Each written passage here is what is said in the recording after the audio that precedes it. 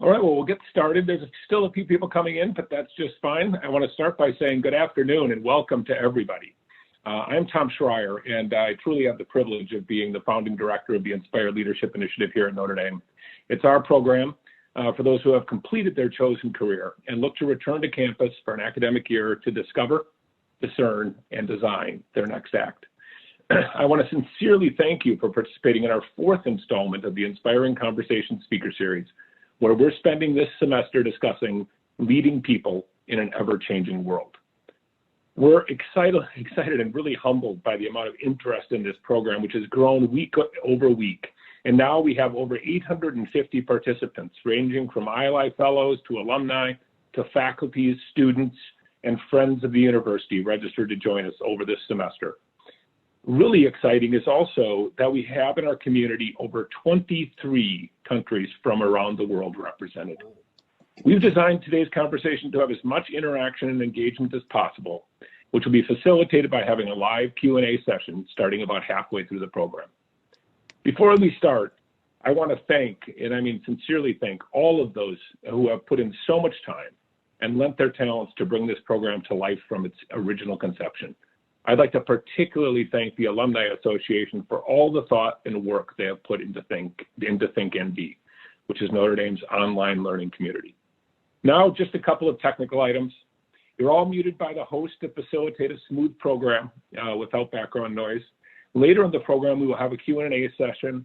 It'll be facilitated by you submitting questions for our guest through the Google form, which is being shared with you now. You'll see it in the chat function. So if you click on chat, you'll see you can click through the Google form and fill in your question. We also recommend that you use speaker view in Zoom, as that will highlight our speakers as they come on screen. This week, we're thrilled to welcome to the session our first couple, and one who knows a great deal about faith and overcoming obstacles.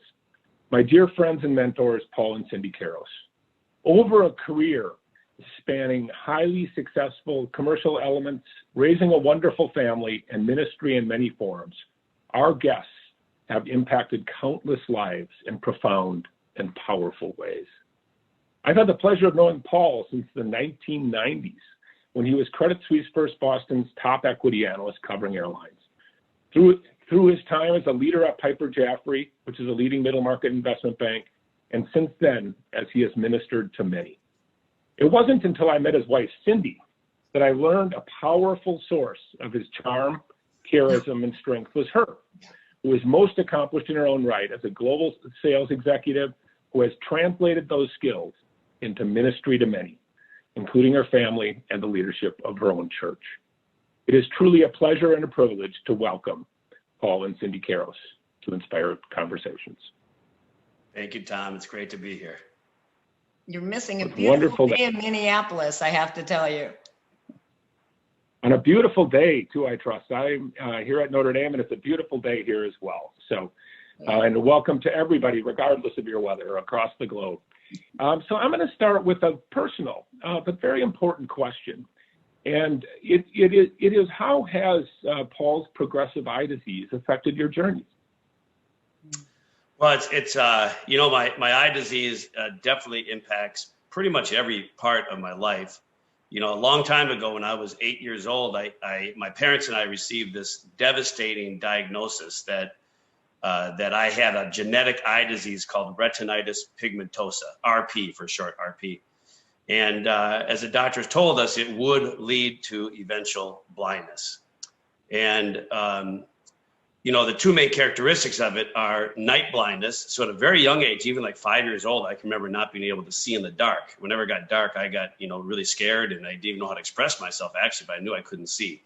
And then eventually it's tunnel vision.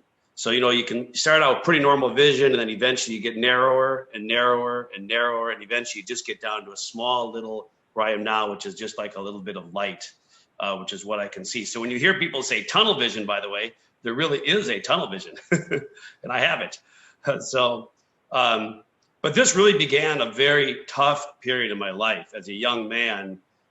In school, you know, I started to fall behind academically, and really started to think, well, maybe I'm just kind of a stupid guy, you know, which happens when you are suffering at a young age and don't really know how to process it. and a lot of peer teasing, rejection, things of this nature. And so I really started to develop some very legitimate kind of underlying fears about life. Like, how am I going to go to college? I mean, how is a blind person, legally blind, going to college? How am I going to be able to do that? Or what company is going to hire somebody that's already legally blind and is going blind? Or what woman will marry me? Or how am I going to be a dad? All these I would say looking back, they were very legitimate fears.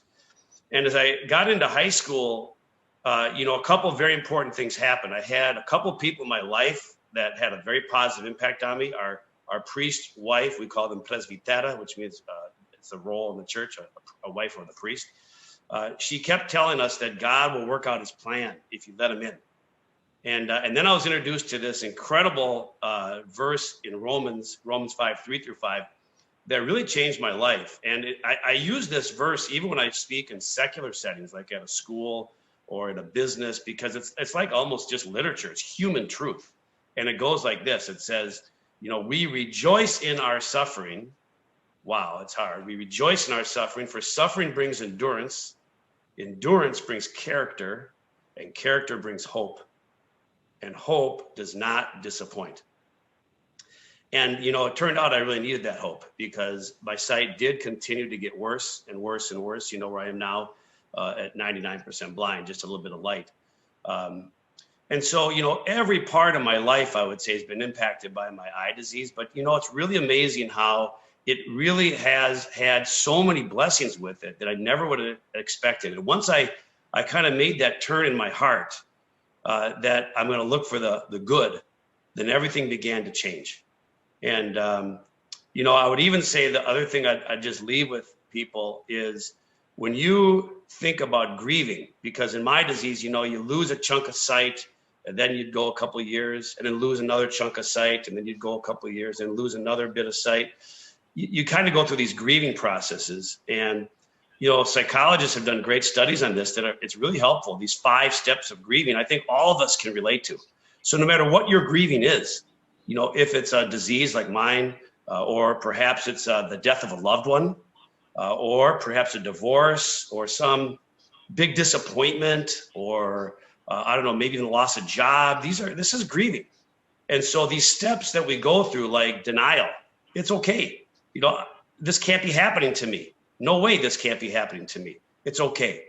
But don't stay there. Keep moving. And the second step is anger. You're going to get angry. I can remember crying myself to sleep at night saying, why me, God? Why me? My brothers don't have this, my sisters, my friends. So, Hi, Samantha. How are you? Okay. Good to see you too. Okay. So that's okay though. So the anger is natural, and it's okay to feel that anger, but we don't stay in that anger. We keep moving. And then there's bargaining. Well, maybe if I do this, this won't happen. Or Lord, if I do this, will you make this better? And it's okay to do that, but don't stay there. You got to keep moving. Okay. And then there's sadness and depression. Well, of course, it is sad. Whatever our grieving is, whatever our loss is, it is sad. But again, we don't stay there, but we experience it. We feel it. We don't try to skip it. And then we get to that last point of acceptance. And acceptance doesn't mean it's going to be easy. It wasn't easy. It still isn't easy as a blind guy. But acceptance means that, we're going to focus on what good can happen and what hope is there. And that really is if we go through those steps of grieving, whatever we're grieving, for me, that did I look back, and it was when I tried to skip the steps is when I get in real trouble in my soul and in my heart and my body. And so, like just being like a dad, I'd love to be the kind of dad that can go in the backyard and play ball, but I can't. But being with Cindy, she's really taught me I can be a dad in a lot of good ways. So really it's affected, pretty much every step of my life, but I rejoice that as hard as it is to be blind, there's many blessings that come from it. So. Well, I'll say, Tom, I actually met Paul on a blind date. It was a blind date with a real blind man. So I say that because I think it's important that I knew he was blind before I even started dating him. So it's not something that happened as we we were married or whatever. He was blind when we got married. But when I met him, he was here, this really successful guy on Wall Street, but probably one of the most humble people I've ever met. So it was kind of a shock and very refreshing to see that. We also shared something really important to both of us, and that was our Eastern Orthodox faith.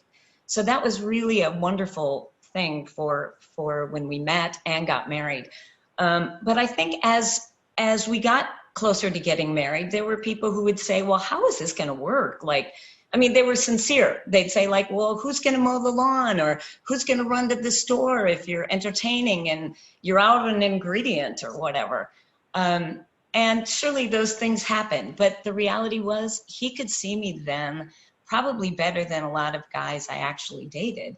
So what people don't realize is that there are a lot of blessings that come when you're married or you're a child of a blind person. That whole adage that when one of your senses goes away, the other one sort of gets stronger, that really is true. And you see it all the time. Like if one of our kids comes home from school and Paul is asked how the day is, he can tell much quicker than I can that the day was not okay. Or he can hear in my voice that I'm upset before I even tell him what it is that happened during the day.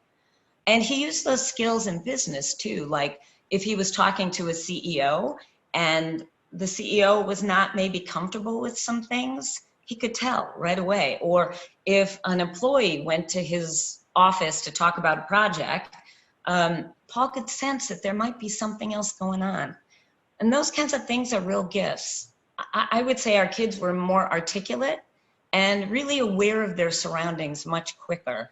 You know, if you think about it, they had to describe things to their dad that most kids don't really have to. If you're going to a movie or the zoo or maybe even a museum, how is your dad going to see unless you tell him exactly what you're seeing? And to be honest with you, those were really fun times to see things from their view, right? But that was a real advantage that I think he gave all of us, is to have that awareness. And, you know, as the sight got worse, we mourned together. I remember sitting on the couch. I was pregnant with our first, and I was showing Paul some pictures. And I could tell just by the way he was holding them that he really couldn't see so much what was on them. I think they were upside down. They were upside down. Yeah. Anyway, I wasn't going to say that. Yeah. But it became obvious. And at that moment, he shared that he had this fear that as we were ready to have our first child, he wasn't going to be able to see those things. And you know, as a wife, I'm thinking, shoot, if I can tell you about a movie scene, I'm sure going to be able to describe what our daughter looks like in a prom dress, or what a son looks like after doing some really exciting athletic activities. So, you know, we mourned together, we cried a little bit together, but I think one of the things that is truly, and Tom, you know this about Paul, he's not a victim. And I think that is such an important piece, is he has so many reasons to play the blind card, if you will, but never, ever does. Never complains when he bumps into something or wonders why something out of place, or, you know, it's just a gift. And so I guess as... No, you're the gift. Well, as time has gone on, clearly, I think you get to know Paul and you just get blind to his blindness, so... Well, I can tell you, as you talked through that beautifully, it brought so many memories of my time with you, Paul, and with you, Cindy. And I can just validate the lessons I learned from you about business, Paul, were so powerful. The ability to focus on things and not be distracted. I mean, you really did translate, I think, a lot of things into gifts that other people, I think, would have viewed as obstacles. I mean, it's so powerful. And some of my greatest memories of travels are travels that I've taken with you, because I had the opportunity to explain what we were seeing when we were together, right? And it just really, it's very, very powerful. But let me move on to something else here, because, you know, from the time you've been together to today, you've both had a lot of transitions in your lives. And they've been career transitions, the kind of life transitions we go through. And, you know, just maybe a little bit about how you see a person's gifts and talents being impacted by these transitions? Yeah, we both have had a lot of transitions. For me to go from that Credit Suisse analyst, Tom, when you and I first met, when you were in finance at Northwest Airlines, to being president of an investment banking and equities division where you and I work so closely with each other, to go into what we call the buy side of Wall Street, which being a hedge fund portfolio manager. And now these last few years making a major transition, going back to get my theological education and doing ministry work in the life of the church. These are big transitions. And I'll tell you that I think the best place to start is this idea of gifts and talents. And it's something I use a lot in my life coaching that I do with people. And to try to take a look at an analogy as how we look at that. And the analogy that I use really comes from the scriptures and the early fathers of the church. And that is to look at every human person as a garden. Okay, so I'm a garden. Tom, you have a garden. Cindy has a garden. Everybody online here has a garden. And that's our body and our soul. So our garden is our body and our soul. And they may have a fence around it to protect it. Okay.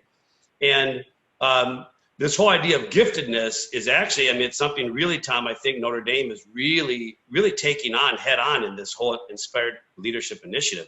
We were blessed to come here last year with you. And I tell you, this is a life changer. Those of you that are on here thinking about it, it's a life changer in your later life to really make sure you know what your gifts and talents are and how you want to use them. And this is true at all points of our life. And many times we aren't even aware of what our gifts and talents are. So this garden analogy is such as this, that every human being has the seeds of virtue planted in their garden by God. And this ties into that we're all made in the image of God. So no matter who we are, no matter what race, no matter what religion, no matter what economic status, it doesn't matter who we are, male, female, it doesn't, any sex, doesn't matter who we are. We have those seeds of virtue. These are things like kindness or patience or gentleness or courage. All these seeds are in there. Now they need to be cultivated. Okay, God grows the plants, but we have to do our part to cultivate them. Okay, then we would also say though that every human being has 2 or 3 or however many unique seed plants that are the fruit of our talents, the gifts. Okay, so maybe one of them is somebody who is incredible at organization or making something really efficient or improving a process. Those are unique seeds in their garden. Or maybe there's somebody who's got such great sensitivity that they know how to wow the customer. Okay, and they know how to really make a unique experience, unique seeds. And those also need to be cultivated.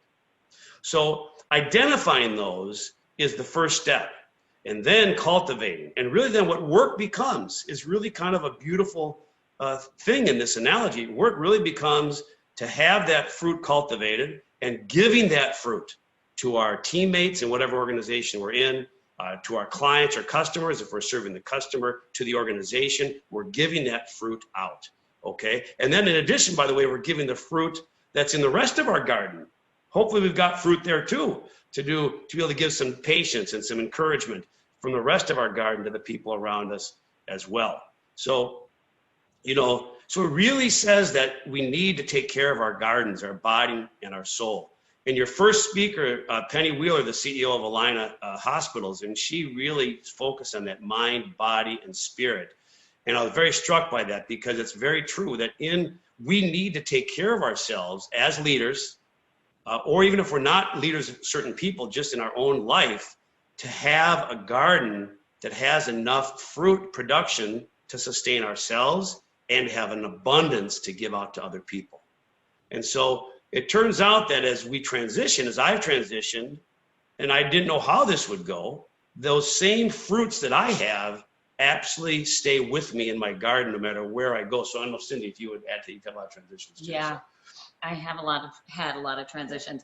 When I met Paul, I had this colorful career in international sales, just having a wonderful time. But being later in life, we wanted to have kids. So I eagerly and willingly decided it's time. So put the career aside, and as everybody knows, you don't have a kid day one.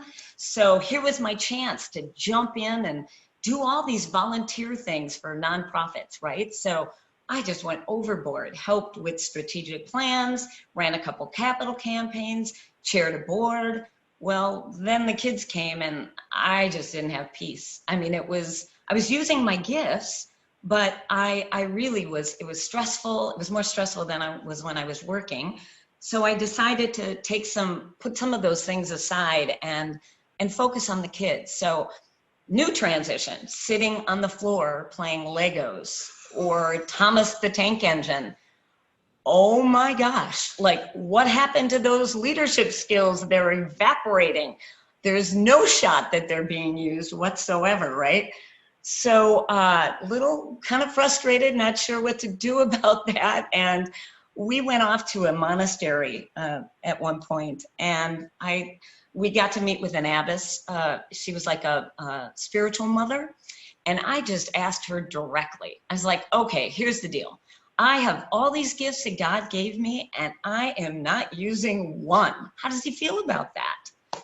And her answer actually would change the trajectory of like where I was heading, and most importantly, my mindset. She said, Cindy, someday you're going to meet him, Jesus Christ, and he's going to say to you, did you do everything you could to help your kids know and love me? And if you can't answer yes, forget about those leadership skills. That is your most important thing. She said, you are going to have plenty of opportunity to use the skills that God gave you. And you know what? It was a great weight off my shoulders, and it just gave me a whole new goal. And it kind of became a parenting goal for the two of us. It was something we decided we would put our energy toward. And I don't think we would change a thing. It's as important today as it was then. Our third just got moved into the University of Minnesota. And guess what? I have a ton of time to do leadership things. She was right. But the other thing that I guess I didn't realize is that throughout that whole period of time, I had been using those gifts. Whatever project I was involved in, whether it was some ministry work I picked up or some volunteer thing that I might have done at the kids' school, or even being the wife of an executive, those skills came out and they emerged. And I think that the real message is, while we may make transitions in our life, and while the stations of our lives may change, right? Those gifts don't disappear. They're there, and they will come through in everything we do. And I think it's super important to think about that, because there are so many of us making transitions, whether it's people like us who are empty nesters, or yesterday we learned that over 800,000 women are not working because of COVID, and men too. I mean, all of those transitions are really all over the place. And I think my message would be that not to worry so much about that. Be bold and be courageous, and know that the gifts that you have will be effective in other ways. And, maybe you need to take a little time figuring out what those gifts are, because sometimes you find yourself in doing things that don't actually work with your gifts, but there are so many opportunities, and it's a wonderful feeling to know that no matter what you're doing, you can utilize those things that God has given you. It's beautiful. Well, you said you were very kind in talking about the ILI, but one of the things that you said just ties so nicely here that we do work on, and that you've modeled for ever since I met you, which is this broad applicability and transferability of skills, right? It is this ability to take the gifts that you have and use them in a commercial context, in a parenting context, in a ministry context, in every context. And I think what you just said just illustrates that so powerfully. Another thing is, I know you're passionate about things and that you take a stance on things, right? You're not afraid to do that. So maybe just take a couple minutes, and then we'll transition over to questions from the audience. But talk a little bit about, what does having a stance mean? What does that mean to the two of you? That's great. I think when I think about having a stance, I really think mainly about how to really step back and say, how am I viewing human beings all around me, whether they're very close to me or whether they're far from me? How am I viewing human beings? Because we can take a different stance, or you could say perspective or view. You could use different words, I suppose. And here, Tom, I would say I've watched you as a leader, and I would say you absolutely do what I'm about to say here, and that is having a positive stance toward human beings. And that means really believing that every human being is made in the image of God, that they have talents, that they have potential to grow in virtue, to grow in their talents, that they can positively impact the organization, that if you give them trust and freedom with boundaries, of course, that they can rise to a higher level than they have before. And so it's a real stance. And this is very important because when let's just take, for example, when I do work in the prison. I've been doing work in the prisons for many years.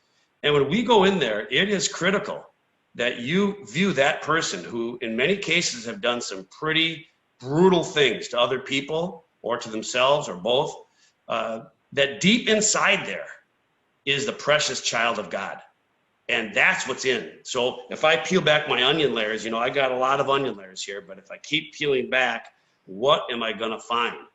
And we would say it's going to be the precious child of God, the image of God.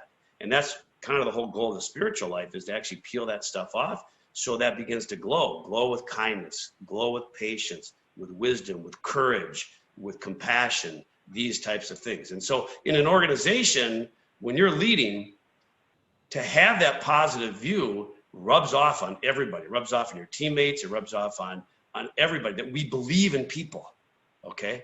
And of course, even having a difficult discussion with somebody is having a positive stance toward human beings, because you're really sitting down to let them know that they've gotten off the path of whatever the mission is, and that we need to get back to the mission.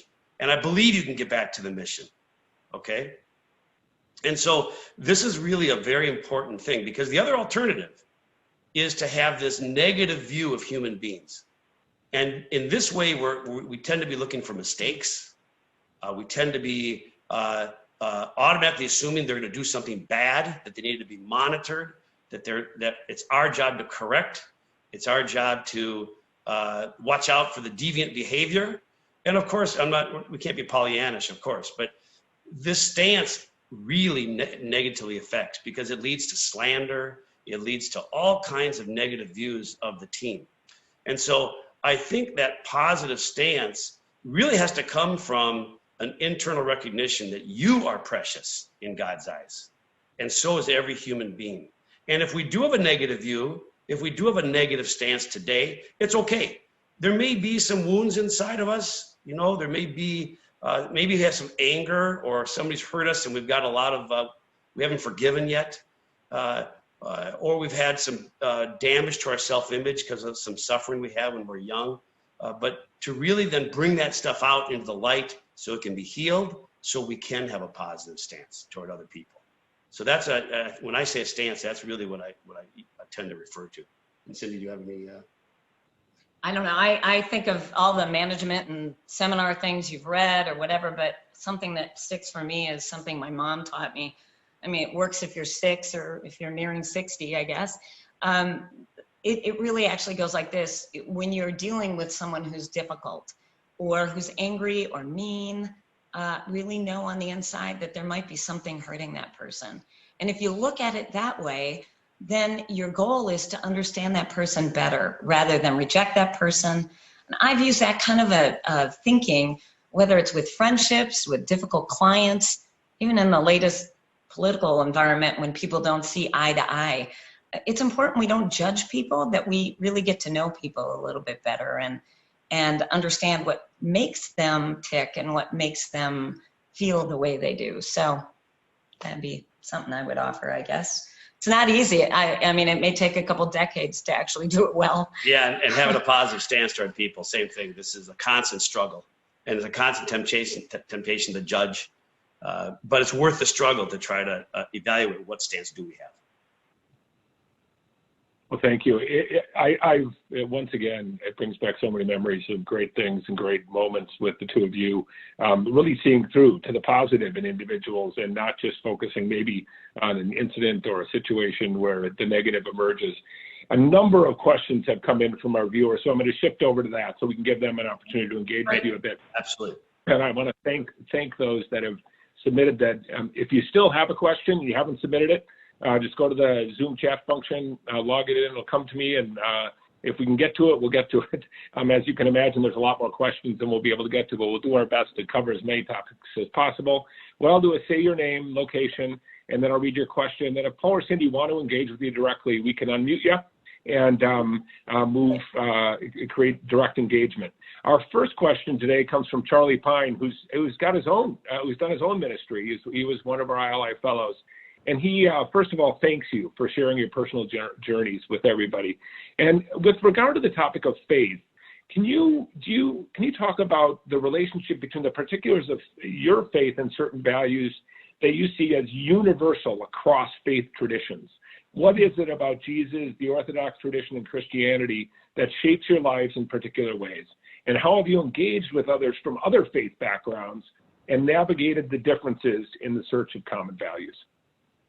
That's a great question. Yeah, I would start by saying to Charlie's point that, as faith traditions, we share way more in common than we do differences.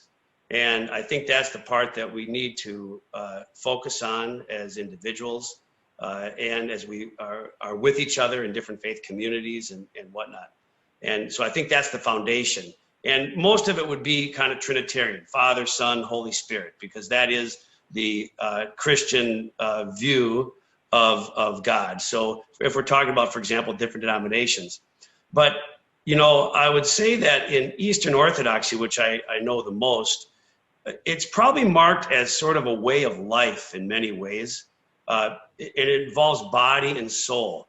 So the church has, through the centuries, really preserved much of the early, what are called the ascetical practices, askesis. And askesis is the same word that the ancient Greeks used for the spiritual training, the discipline training that the Olympic people would do. The Olympics, they're called the askesis, the discipline training. And the early church took that language to look at the spiritual training, kind of like working out at the gym. So it involves body and soul. So, it's a way of healing. It's a path of healing to become more Christ-like in your life. And that's the goal, that we go from our harmful ways of the way we treat others and ourselves to be healed to the image of God, to reach our potential in Christ, to be more patient and kind and courageous and gentle. And so how does that happen? Well, these disciplines are things that are practiced, not by force. It's all by freedom of choice, of course. But the ways have been preserved, like fasting. We do a pretty intense vegan fasting throughout the year at various times of the year in the global church, like the 40 days of Lent, for example, and Wednesdays and Fridays and things of this nature. Having prayer rules where we try our best to have a disciplined time of silence and a little scripture reading, a little prayer, liturgical life, the sacraments. And you'll hear, as Catholic Christians, for many of you that are Catholic, you hear many commonalities, because the Roman Catholic Church and the Eastern Catholic Church and the Eastern Orthodox Church, we were one church until 1000 AD. And all those sacraments have been preserved in both churches, both the Roman Church and the Eastern Church. Our sacraments are the same: Holy Communion, Holy Confession. And then I would say this other big one is to have a spiritual father or a spiritual mother, somebody in your life that you choose to open up to and that knows everything about you. It's kind of like if you had a physical trainer that you went to and you were trying to get stronger or lose weight or whatever the case is. It's somebody who would work with you on those things, like being a better person or being more kind. And it's somebody that you share in an effort to have them help you grow. It's really a wonderful. And I think the other thing is really beautiful, and this would be universal, I think, to all these faiths, is that the view is that the virtues, which really could be called the fruits of the Spirit, kindness, gentleness, these things, can be worked out in every area of our life. So every part of your life can grow, can be used to grow in that way, whether it's at the office or whatever organization you're part of. You can work on your patience. You can work on your humility, your encouragement, your compassion in your home, with your spouses, with your children, with friendships. That your whole life is really about that growth toward becoming like Christ. Wow. So maybe this kind of ties into the askesis a little bit. This comes from a tune in Woodbury here. And he asks, Cindy and Paul, thank you for being such an inspiration. You two seem to be able to sustain a wonderful marriage, which I would imagine requires some askesis or some and partnership with others in a professional setting. Would you mind sharing some advice on sustaining a well-maintained relationship personally and professionally? Wow. And with God, is he saying, was he saying with God or with your spouse, or what was he saying there? I think with your spouse. I think it's about maintaining your partnership in the middle of, the kind of, very busy personal and professional lives that you worked your way through. Because we all know we have far too many people who weren't successful in maintaining that relationship through that. Yeah. And, and I would say, and there was a point in my life where I was way out of whack. So to answer your question, we have found that rhythm now, but there was a time in my life where, and now I can look back and really realize, but I really became what you could call a workaholic, to the detriment of my health, to my faith, to my marriage, to my friendships. And it took kind of a mini breakdown for me to really realize that this has got to change. And so there was a time in my life that I didn't have that healthy rhythm. I didn't have that healthy balance, if you will. And, I think a lot of it goes to, I had put my faith, it was always there. It was always important to me, but it was way down the priority list. And I wasn't taking care of my body and my soul. I was not taking care of my garden. So there was less fruit production over time. And I needed to really start to say, I need to change this. And so I would say that if we keep our faith the best we can, and this is very hard because life is very busy, lots of demands, lots of everything, and we have a lot to balance. But if we can keep a little time every day to get centered, and it doesn't have to be a lot, and then have honest discussions with our spouses, that in itself can make all the difference in the world.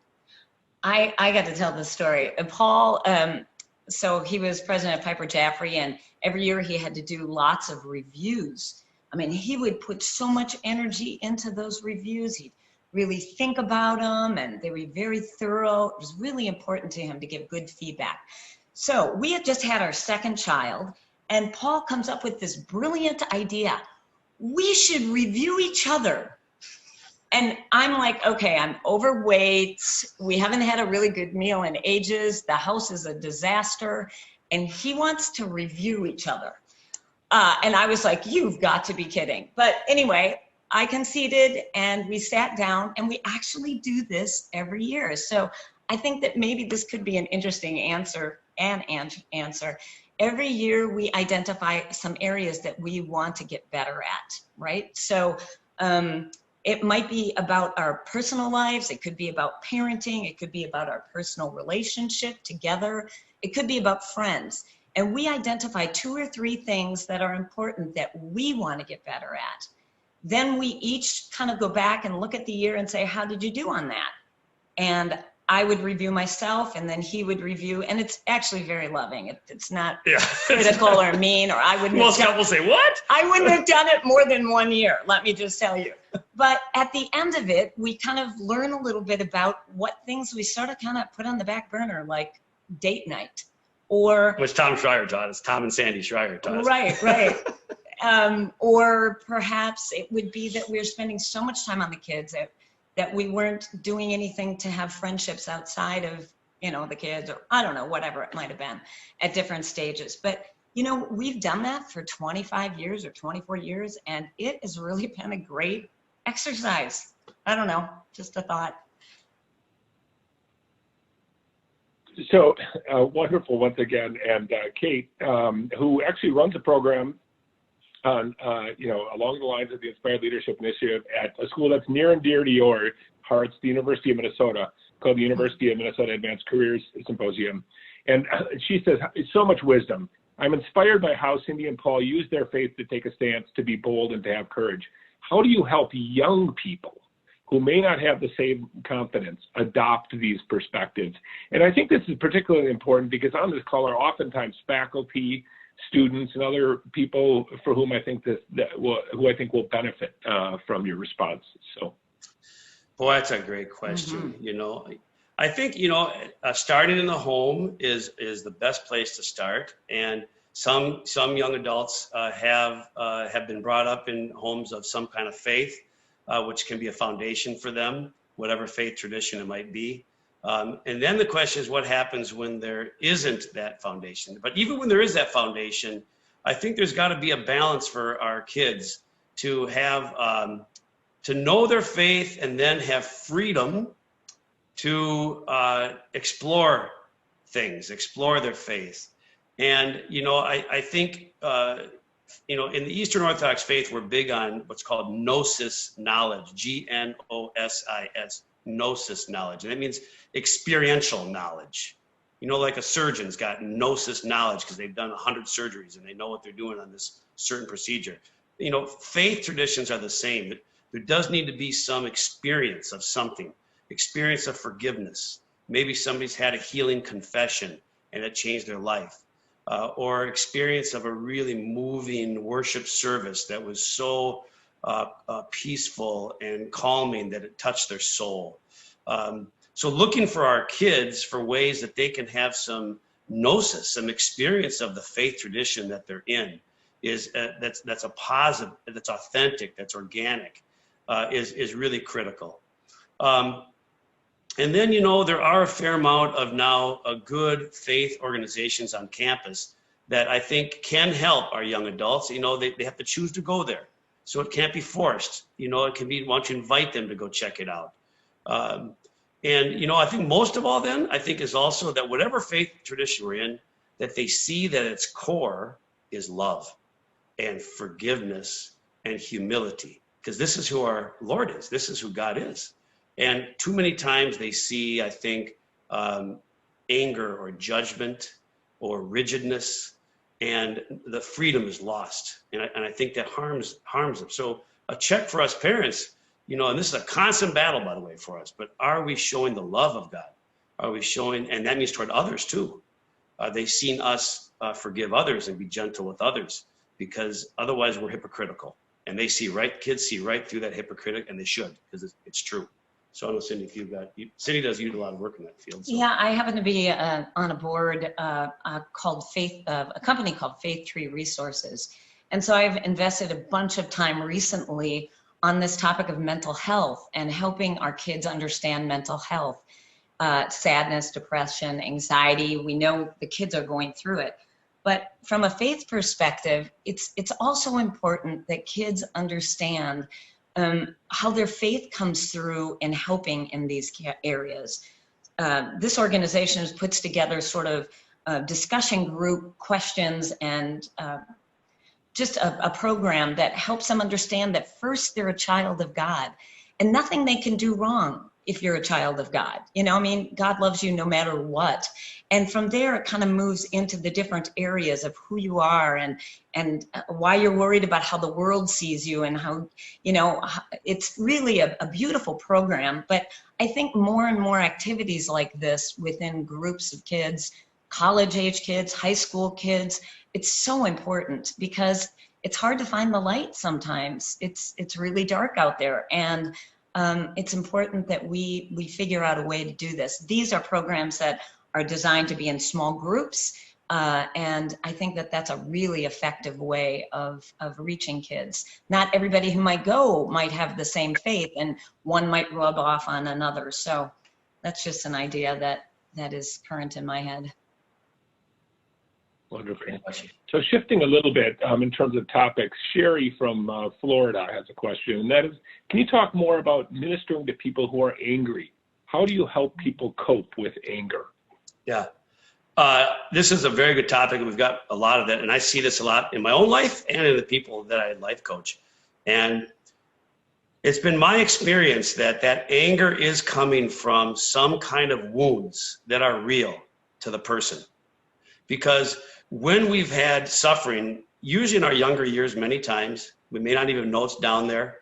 I call them thought wounds, like I'm a failure, or I'm no good, or I'm pathetic, or if I'm not perfect, there'll be a consequence, or if they see the real me, they'll reject me. These are real wounds that are down there. And we have two ways of coping with those wounds usually. One is we go down more of a temporary pleasure path, and something that soothes the wounds.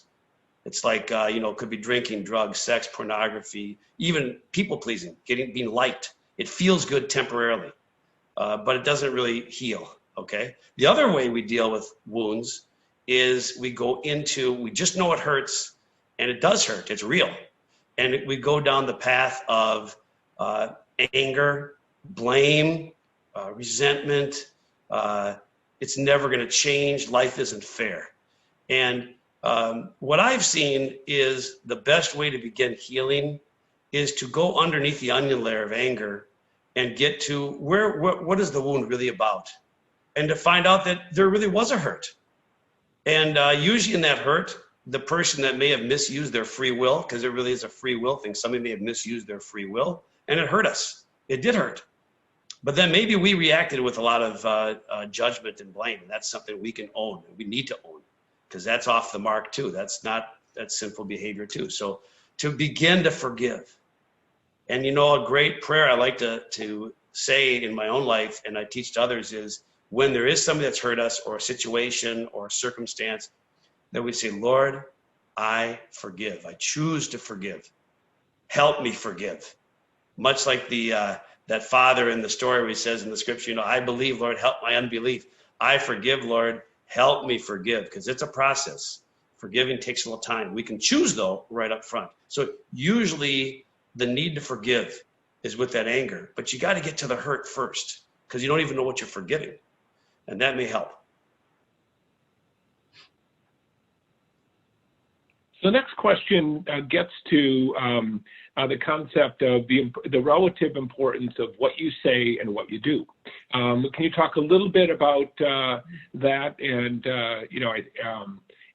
the longer context of it is maybe against kind of the political context we're in, but just a little bit of more generally, just kind of how important is what one says and what one does.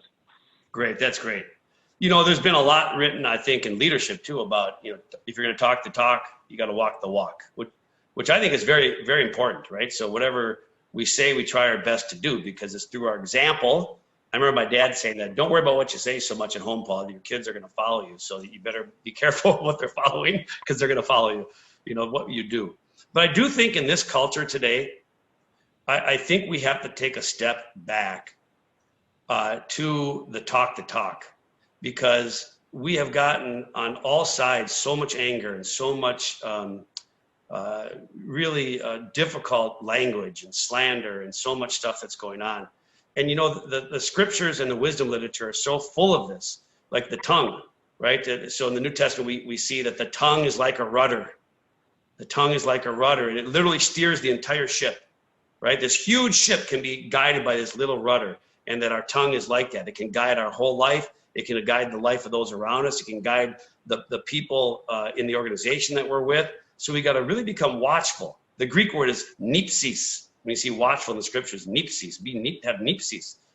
We have to be watchful over what we say. And because what comes from the mouth comes from the heart, the Lord says, right? Or the fountain, that's another thing that people use in the wisdom literature. The fountain is like, imagine a beautiful fountain, I don't know, in Italy or something. Beautiful fountains, beautiful water. But if that water was grimy or polluted, that would be a pretty nasty looking fountain. And so it really gets back to what Penny Willer said, our mind, body, spirit. We have to be pure in our own heart so that what's coming out of us is pure. So with that same tongue, right, we can, I guess, in an organization or with people around us, anywhere, in our families, anywhere, it can lift up, it can edify, it can advise, it can encourage, it can inspire, or with the same tongue, we can embarrass, we can demean, discourage, slander, right? All these things. And so I think, like in an organization, especially today, as leaders, we need to set the tone. And that means there are certain communication for one-on-one, okay? Like I need to help somebody get back to the mission. We need to sit down and go through what I'm seeing and talking about getting back to the mission or getting off the path, okay? Very appropriate, but not in a large group. We don't want to embarrass people in front of a large group or tease people. I think leaders, we got to be very careful even teasing, because there's part truth in teasing and part, it's kind of passive. Wouldn't you say sarcasm too? Yeah, and sarcasm as a leader. Be very careful, I think, with sarcasm. This is part of watchfulness. So there's some communication that's more appropriate for a large group, like when the whole division or department's there. There's some that's more appropriate for a small team of a few people. And there's some that's more appropriate maybe for one-on-one when we're working with somebody. And so we need to set the tone. And so I think in our culture, we've even gotten back to, we need to get back to even talk the talk and really do the job we can do. We can't control other people, but we can surely try our best to work on controlling our own tongue and have it be for edifying and advising and lifting up and inspiring and lovingly correcting. So that's a thought. So before we wrap up, just one other thing that seems to be kind of a theme that kind of weaves through everything you've talked about, whether it's the transitional elements, the raising of family, career, all these different elements, is the value of purpose.